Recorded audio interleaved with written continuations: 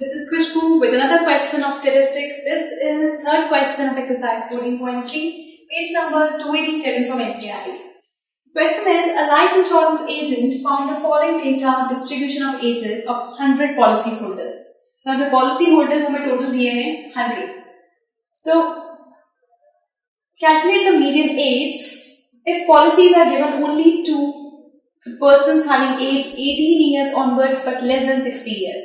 सिर्फ उन्हीं को पॉलिसी दी गई है जिनकी एज 18 से ऊपर है और 60 से कम.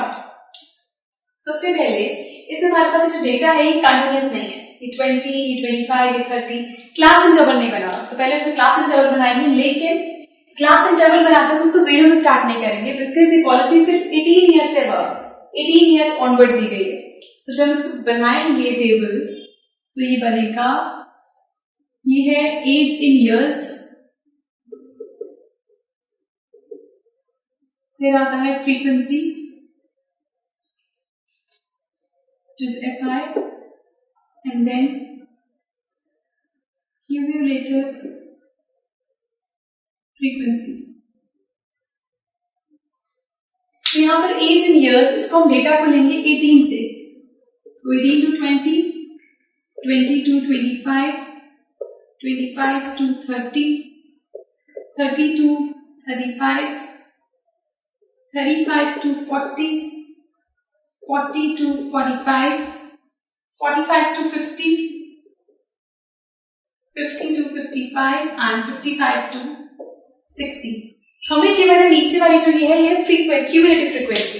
सो क्यूमुलेटिव फ्रीक्वेंसी पर हमको गिवन है which is 2, 6, 24, 45, 78 and then 2, 6, 24, 45, 78 and 78 को थोड़ा नीचे लिख देते हैं and then it is 89, 92, 98 and then 100.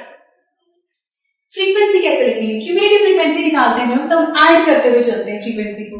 यहाँ पर फर्स्ट वाली वैल्यू हमेशा सेम रहती है. सेकेंड वैल्यू जब हम यहाँ से क्यूमुलेटिव फ्रीक्वेंसी लिखते थे तो हम इन दोनों को ऐड करके लिखते थे और उनको सबट्रैक्ट करके लिखेंगे. 6 माइनस 2 किया तो फ्रीक्वेंसी आई 4, 24 माइनस 6 किया तो फ्रीक्वेंसी आएगी 18, देन 45 माइनस 24 करेंगे तो आएगा 21, 78 minus 45 33, 89 minus 78 11, 92 minus 89 is 3, 98 minus 92 is 6 and 100 minus 92 is 2. Cumulative frequency से फ्रीक्वेंसी में जाने के लिए पहले वाली वैल्यू सेम, फिर नेक्स्ट के लिए इन दोनों को माइनस, फिर इन दोनों को माइनस, इन दोनों को माइनस, इस तरह से करते हुए जाना है. सबसे पहली चीज, अब अगर आप देखो 18 से 20 के बीच के हैं 2 लोग, 20 से 25 के बीच के हैं 4 लोग, 25 से 30 के बीच के हैं 18, 30 से 35 के बीच के हैं 21. इस तरह से वापस फ्रीक्वेंसी आ गई. नाउ सबसे पहले हम निकालते हैं इसका n/2. n मींस फ्रीक्वेंसी का सम. टोटल पॉलिसी होल्डर्स है 100, सो n/2 आएगा 100/2 मतलब कि 50. 50 से जस्ट ग्रेटर क्यूमुलेटिव फ्रीक्वेंसी में क्या है? 50 से जस्ट ग्रेटर है 78. तो 78 के लिए कौन सी क्लास है? 1 2 3 4 5, फिफ्थ नंबर 1 2 3 4 5. इसका मतलब ये वाली क्लास है 35 to 40. ये है मीडियन क्लास. और 35 to 40 के लिए जो फ्रीक्वेंसी है वो 1 2 3 4 5, 1 2 3 4 5, ये 33, ये इसकी फ्रीक्वेंसी है.